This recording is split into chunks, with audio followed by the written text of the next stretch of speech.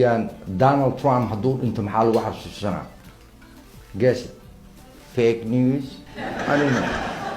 ان horta Soomaali maxameday hadaan nahay dad suuq xoolaha su'aalo i weydiiyaan waxay dhahaan Cabdixakiin oo maxaa ka cabsi geliyo runtii aniga waxay cabsi geliyo cungan bomba lahaw aan ka cabsoona intuu is leeyahay laga cabsado sida aabaha iyo awowga inuu nagu soo tuuro gudaalka ridada dheer nooc loo yaqaan plastic suuq xoolaha waa taqaanaan kaara la kurday maal sooto maaladeedta waa qabow badan ilaa dhulka hoostiisa waxa ku jiro nuclear kala sheegay ilaa ninkan wuxuu saarayaan leen masaakiina naarsi suuq xoolaha nahay marka ilaaha noo maqan shiinaha ayaa wuxuu soo saaray mashiin tuugada soo qabto oo magaciisa la yiraahdo E211 daqiiqada ugu horeysa wuxuu China soo qabtay 2000 oo tuug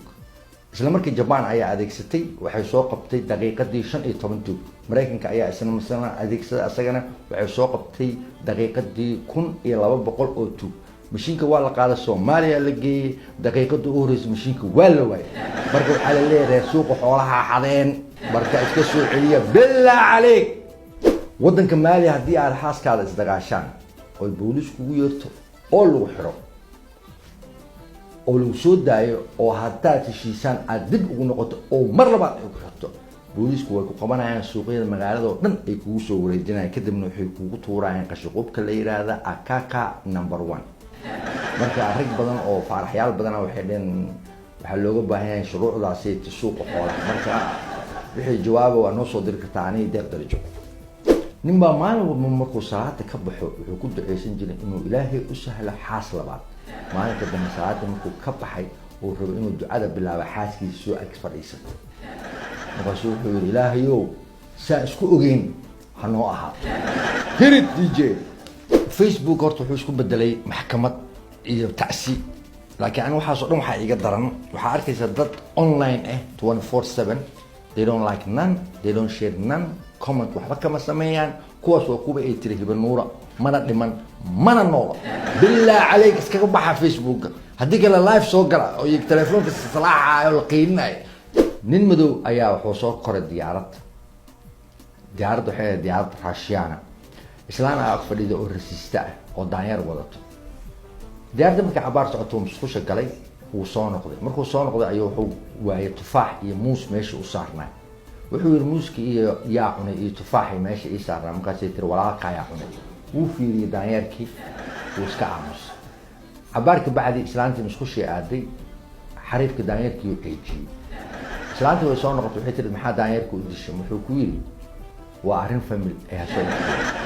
halqabsi warta Soomaalidu waxay tiraahdaa marmarka qaar kood meelo qaldan ayuu kula galaa nin taksiila ayaa halqabsigiisu wuxuu ahaa taasaa dhibaato tagaasiliida badankooda waxay ka wada hadlaan sida wad ognaa suuqa xoolaha meel dadka ay ku qeexeeliyaan oo baartog la yiraahdo wariyaa cali oo maanta baraf baa dhaay taasaa dhibaato waraayada alboorka jiqwa taasaa dhibaato warheeda suuq ma jiro taasaa dhibaato maanta kan xaaskiisa soo wacay waxay ku tiri maxaan hooyadii imaanayso wuxuu ku yiri mataqaan taasaa dhibaato bas hooyadii dhibaato waa loo kala yaacay madaxana u jeediyeen reebtigii waxay ugu dhaheen katasho kan madax ma ahan reedoogeen waxay ugu dhaheen wiil balaata marka reer suuqa xoolaha ay weydiinaa labadooda ka been sheegay maxkamadda ugu sareysa Denmark ayaa waxay soo saartay sharci dhahayo gabadha xaaska waxay ku ninkeeda ku rakibi kartaa qalab sheegayo meesha uu joogo gabadha ugu horeysay ilaahay baa rabaa oo arintaas fuliso oo ninkeeda wax ku rakibto Soomaaliya Denmarkeedka ay joogaan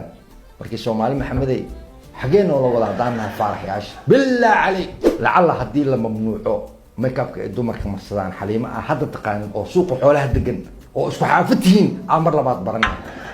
haba goorma xaafad soo degtay waraa ani waayno ay kuleeda mugta qasab fiirinaysa alla xaliima aday goorma gubatay dabdul ma kugu dhaxay shiidnimada qaarkood ee reer suuqa xoolaha daana waxay dhahaan dhimasha dhaanta xariif shid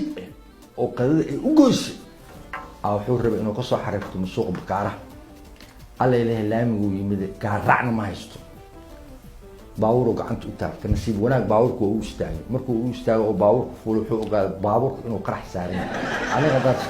aniga dad reer suuqa xoolahana waxaan sameeynayn waa naqaan adin waxaan sameeynayn rag badan oo waxaa arkaysaa oo roog loo saaray markay aroosaan dumar badan oo Soomaaliyeedna aad waxay u necab yihiin bidaarta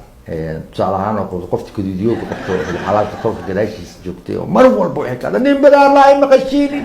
nin bidaar laa adduunka nin biija qabana waa ka soo agtoosay ilaahay baarka waa anyway ka soco sawkaana u jeedo Turkiga ayaan tagay oo jeedin aniga ayuunaas leeyahay iyo inaad agtiisa ii sheegtay iyo daryeel la'aan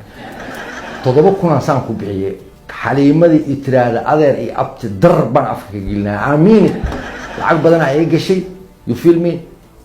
dal marna meeshu ka balansan laakiin ana kaga hormaray alaabtan tolmo maaha waa alaabtan forever ma sha Allah oday oo reer Burca wuxuu daawanayay Universal TV banaanbax ay sameynayaan reer Beedhabo maayla kuweele ariiro kooyaase buuq markaasuu abaar buu daawada wuxuu fahmi waayay waxay ka hadlayaan markaasuu wuxuu yiri wallahi bilaa kuwan ba xaq u leh inay Soomaaliya ka go'aan marka dadka suuqa xoolaana ku raacsanahay odagaas bas waa ka soo horjeednaa arrintaas